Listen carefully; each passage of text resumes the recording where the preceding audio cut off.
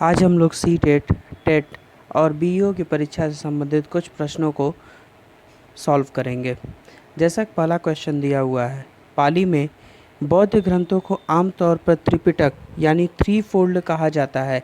इससे में से कौन से त्रिपिटक में से नहीं है? तो हमको पहले ये जान जाना चाहिए कि कौन से त्रिपिटक हैं। विनय पिटक, सुत्त पिटक एंड अभिन्न पिटक। तो इसका सीधा सीधा मतलब है कि ये जो है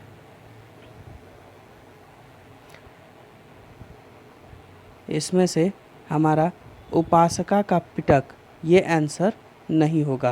तो हमको ये जान जाना चाहिए ये तीनों त्रिपिटक जो हैं वो किस संदर्भ में लिखे गए हैं। जैसे पहला है हमारा विनय पिटक।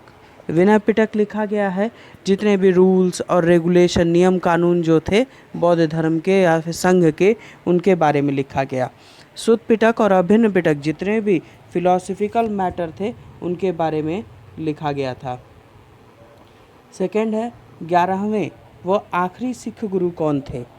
11वें, सबको पता है कि आखिरी सिख गुरु जो हैं, आप लोग कमेंट में बता सकते हैं कि आखिरी सिख गुरु कौन थे। सबको पता होगा कि आखिरी सिख गुरु जो थे वो गुरु गोविंद सिंह थे। तो अब क्वेश्चन आता है कि हमारे पहले गुरु कौन थे? पहले, ये हमारा आंसर हो गया गुरु गोविंद सिंह। तो अब ये आंसर क्वेश्चन से ये राइज होता है कि पहले गुरु कौन थे? पहले गुरु थे हमारे गुरु नानक देव, जिन्होंने सिख धर्म की स्थापना की। तो यानी हमारा आंसर इसमें तो पहले तो आखिरी गुरु हमारे गुरु गोविंद सिंह थे। इसके बाद उन्होंने गुरु ग्रंथ साहब की स्थापना की और उसके बाद ये गुरुओं की प्रथा जो है पूरी तरह से ख़त्म हो गई। नेक्स्ट क्वेश्चन, अति कट्टरपंथी सूफी संप्रदाय कौन सा था? मतलब कई सूफी संप्रदाय थे लेकिन उसमें कट्टरपंथी कौन सा था? तो उसका आंसर हमको मिलता है सुहरावर्दी सूफी संप्रदाय। सुहरावर्दी सूफी संप्रदाय, ठीक है। तो अब ये क्वेश्चन आता है कि सुहरावर्दी सूफी संप्रदाय के स्थापक कौन थे? इसके स्थापक थे शेख बहाउद्दीन ज़कारिया। देखें, हम चारों चिश्ती के बारे में डिस्कशन करेंगे, उनके संस्थापकों के बारे में यहाँ जानेंगे, चारों सिलसिला के बारे में। चिश्ती संप्रदाय के संस्थापक कौन थे? शेख मोइनुद्दीन चिश्ती। और सबको पता होगा शेख मोइनुद्दीन चिश्ती की दरगाह कहाँ पर है? अजमेर में है, ठीक है। नक्शबंदी सूफी संप्रदाय की स्थापना किसने की थी? शेख सिदी अहमद अल बक्का। नाम आप नोट कर सकते हैं, शेख सिदी अहमद अल बक्का ने की थी। और आखिरी है, कादरी वंश की स्थापना किसने की थी? कादरी वंश की स्थापना की थी शेख अब्दुल कादर गिलानी ने। शेख अब्दुल कादर गिलानी ने कादरी संप्रदाय की स्थापना की थी, लेकिन भारत में इसकी शुरुआत करने का काम जो है वो सैयद मोहम्मद गिलानी ने किया था। तो ये सबको याद होना चाहिए कि चारों चिश्ती में से कुछ भी पूछा जाए तो ये हमें पता होना चाहिए। जैसे कट्टरपंथी कौन से थे? सोहरावर्दी थे। सोहरावर्दी की स्थापना किसने की? शेख बहाउद्दीन ज़कारिया ने की थी। चिश्ती संप्रदाय की स्थापना किसने की? शेख मोइनुद्दीन चिश्ती। अब पूछ सकता है शेख मोइनुद्दीन चिश्ती की दरगाह कहाँ पर है? तो अजमेर में है। नक्शबंदी सूफी संप्रदाय की स्थापना किसने की थी? शेख सिदी अहमद अल बक्का ने की थी। और अगला है कादरी सिलसिला की नींव किसने रखी थी? शेख अब्दुल कादर गिलानी ने, लेकिन भारत में शुरुआत करने का काम किया गया था सैयद मोहम्मद गिलानी के द्वारा। नेक्स्ट क्वेश्चन है, अनुसूचित जनजाति को संयुक्त राष्ट्रीय आयोग के किस संशोधन के अंतर्गत दो अलग निकायों में बांटा गया? तो ये हमको जानना बहुत ज़रूरी है कि ये जो 42वां संशोधन था, 42वां संशोधन सब लोग जानते हैं कि 1976 में किया गया। 44वां संशोधन जो है वो 1978 में किया गया, लेकिन ये दोनों इससे संबंधित नहीं है। 42वां संशोधन, जिसको हम एक नए नाम से भी जानते हैं, जिसको लघु संशोधन भी कहा जाता है, ये क्वेश्चन अक्सर एग्जाम में पूछ दिया जाता है, किस संविधान संशोधन को लघु संविधान के नाम से जानते हैं? तो क्वेश्चन होता है, आंसर होगा हमारा 42वां संशोधन। अब 42वां संशोधन हुआ क्यों, किस बेसिस पे हुआ? न्यायपालिका में सभी महत्वपूर्ण शक्तियां छीन करके वो संसद को दे दी गई थी। और 44वां संशोधन किस लिए हुआ? तो ये हुआ था कि शासक वर्ग, जो भी रूलिंग पार्टी होगी, वो किसी भी तरह की इमरजेंसी बिना रीज़न के अपने स्वार्थ के लिए नहीं ले सकती है।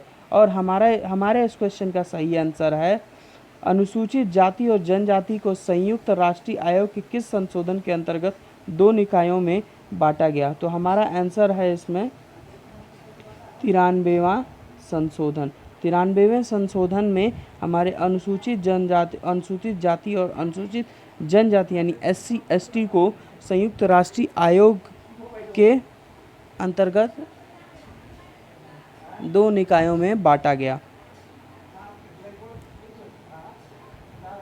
नेक्स्ट क्वेश्चन, मूल भारतीय संविधान में कितने भाग, कितने अनुच्छेद व कितनी अनुसूचियां हैं? तो हमको ये पता होना चाहिए। ये बहुत इजी क्वेश्चन है, जेन्युइन क्वेश्चन है, जो कई बार पूछा जा चुका है।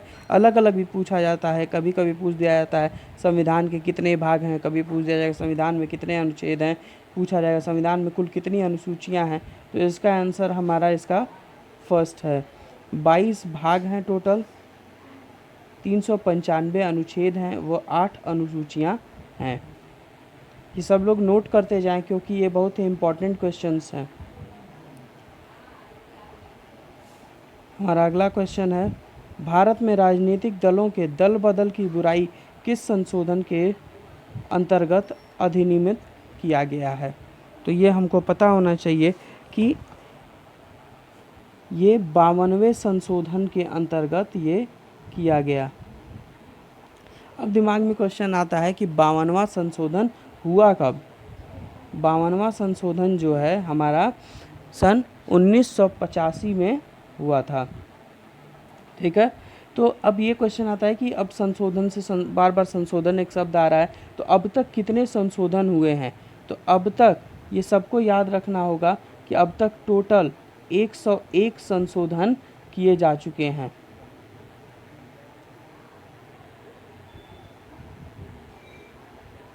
हमारा अगला प्रश्न है, राइबोसोम्स होते हैं, क्या होते हैं?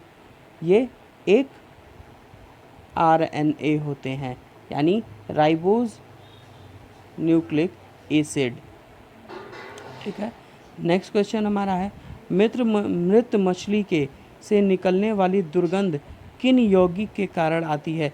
किस यौगिक के कारण आती है, आप लोग बताएं। तो इसका सही आंसर है नाइट्रो यौगिक के कारण ये आता है, यानी हमारा आंसर क्या हो गया? फोर्थ सही हो गया। नेक्स्ट क्वेश्चन है, स्टैंड अप इंडिया का प्रायोजन किसके लिए किया गया, किसके विकास के लिए किया गया? तो यहाँ ऑप्शन हमारे दिए हुए हैं, अनुसूचित जाति या जनजाति, महिला उद्यमी में उद्यमिता को प्रोत्साहित करने के लिए, दूसरा है पिछड़े वर्ग के उद्यमियों को उद्यमिता को प्रोत्साहित करने के लिए, तीसरा है सिर्फ अनुसूचित जाति के उद्यमिता को प्रोत्साहित करने के लिए, सिर्फ महिलाओं के लिए।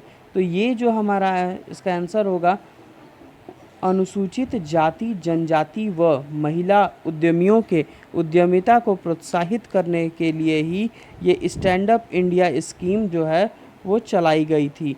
तो ये हमको याद होना चाहिए कि कौन सी स्कीम किसके लिए चलाई गई थी।